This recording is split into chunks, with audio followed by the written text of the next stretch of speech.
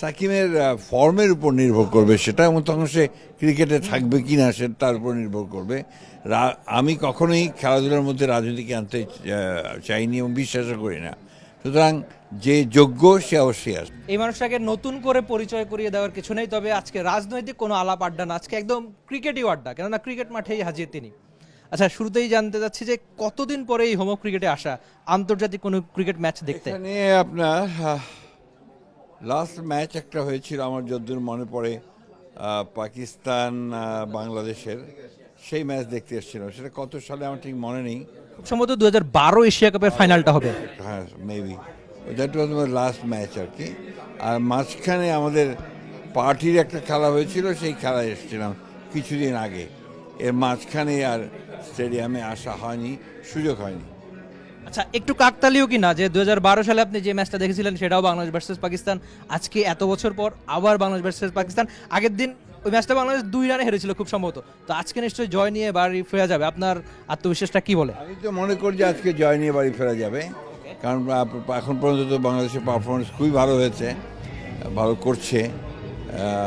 আত্মবিশ্বাস তো ছেলেদের ভালোই মনে হচ্ছে আমার। লেটস সি, আমরা আশা করি যে ভালো করবে। আচ্ছা, আমি যদি একটু জানতে চাই যে অনেক বছর ধরে আপনি ক্রিকেটটা ফলো করেন, মানে বাংলাদেশ এমন একটা দেশ সবাই ক্রিকেটটা খুব পছন্দ করে, আপনার প্রিয় ক্রিকেটারকে বা যার খেলা খুব দেখতে ভালো লাগতো? আমি শুধু ফলো করতাম না, আমি কিন্তু নিজে একজন ক্রিকেটার ছিলাম।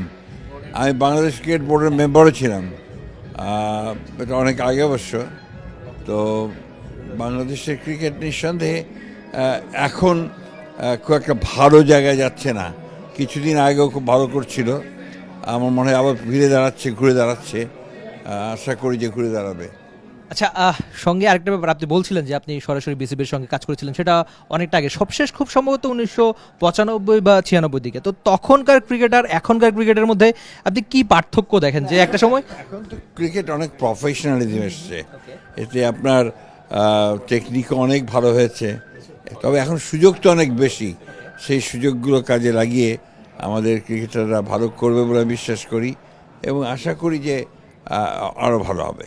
আচ্ছা, আমি যখন এই ইন্টারভিউটা নিচ্ছি, এটা যখন প্রচার হবে বা যখন আমাদের সামাজিক যোগাযোগ মাধ্যমে যাবে, একটা কমেন্ট খুব বেশি আসবে যে আপনারা যদি ক্ষমতায় আসেন তাহলে সাকিব আল হাসান কি আরেকবার খেলতে পারবে কিনা, বা আপনার মত কি? এই প্রশ্নটা সবাই কমেন্টে করবেই, সবাই চায়। তো আপনার কি মনে হয় যে তার সুযোগ থাকবে কিনা? তার সাকিবের ফর্মের উপর নির্ভর করবে সেটা, এবং তখন সে ক্রিকেটে থাকবে কি না সে তার উপর নির্ভর করবে।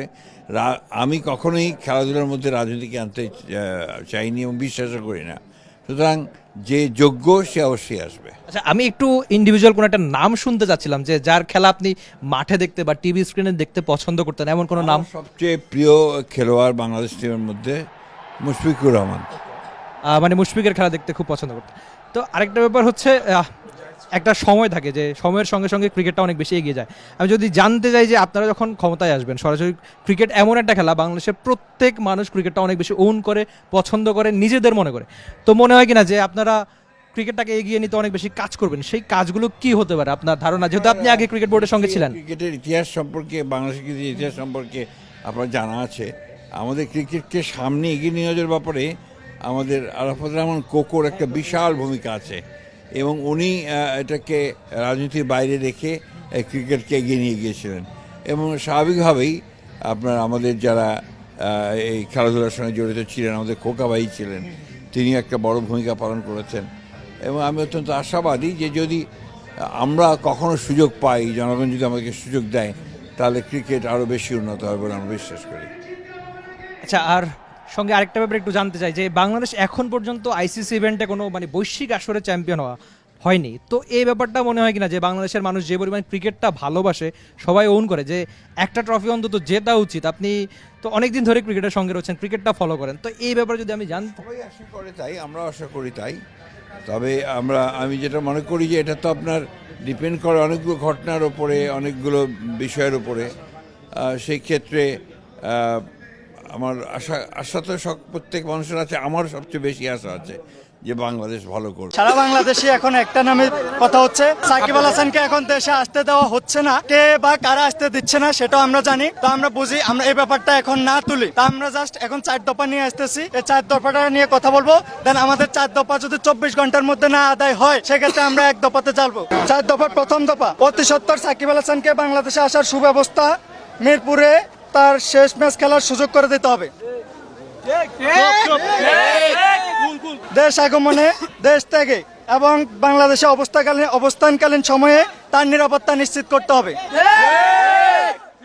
তৃতীয় দফা, বাংলাদেশ ক্রিকেট বোর্ড থেকে আমাদের এই ক্রিকেট কিংবদন্তিকে সম্মানের বিদায়ের সুব্যবস্থা করে দিতে হবে। তার পাশাপাশি তার কিছু সমর্থক এবং গণমাধ্যম কর্মীদের সমন্বিত সংবর্ধনার সুব্যবস্থা করে দিতে হবে। চতুর্থ দফা, স্টেডিয়াম প্রাঙ্গণে বাংলাদেশ ক্রিকেট এবং ক্রিকেটারদের নিয়ে যেন অশালীন কোনো কার্যকলাপ না হয়, যাতে দেশ এবং আন্তর্জাতিক অঙ্গনে বোর্ডের সম্মান নষ্ট না হয়, তা নিশ্চিত করতে হবে। সে ব্যাপারে স্টেডিয়াম এরিয়াতে আইন শৃঙ্খলা বাহিনী জোরদার করতে হবে। নিরাপত্তা না দিলে আমরা আন্দোলন কন্টিনিউ করব। আপনার 4 দফা যদি মানা না হয় সেক্ষেত্রে আপনাদের সেটা 4 দফা না হলে আমরা 1 দফাতে যাব। 1 দফা কি সেটা আমরা এখন বলতে চাচ্ছি না, আমরা তাদের উদ্দেশ্যে একটাই কথা বলতে চাচ্ছি, don't play with Shakib. PCB থেকে সাকিব ভাইকে আসতে না দেওয়ার জন্য উৎসাহিত করা হয়েছে, এটার প্রতিবাদে আমরা এখানে আসছি।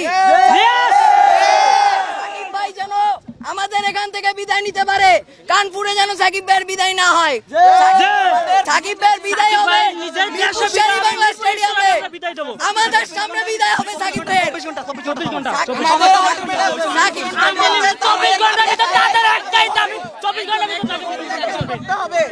আমাদের দাবি 24 ঘন্টার ভিতরে সাকিব ভাইকে মিরপুর আনতে হবে।